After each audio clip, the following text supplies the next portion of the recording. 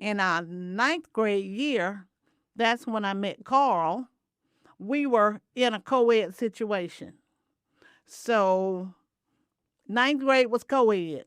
Then when we got in the 10th grade, it went back to the girls were in one building and the men were across the street in the other building. And this is still at Central now. This is Central. This is Central, yep. Now it stayed like that for about what, 3 years? Well, the entire time we were there. No, well, 4 longer than that. The Yeah, whole time we were there, that was 3 years. Even when I was at Mercer, they were still And about 2 separate. years after that, it stayed like that for about 5 years. So the disparity is, like when we get ready to have a reunion, some of the men don't know the women unless you knew people from elementary school, Yep. because the girls was across the street and the guys, that we were segregated. So we were still in a segregated situation, which is weird.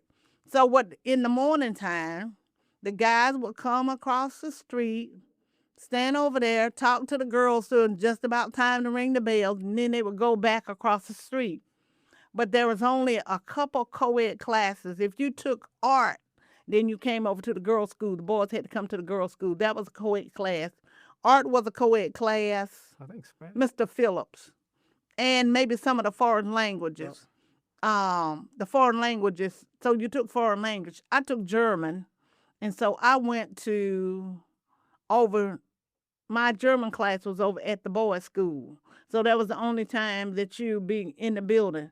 So it was just the weirdest thing, because after I got to college, people would ask me about people who graduated from high school with me. And I'd be like, I knew them. I knew them from previous friends, but I didn't know them really from Yep. I didn't know them from high school because they were in the building across the street. So that made for weird. That made for really weird.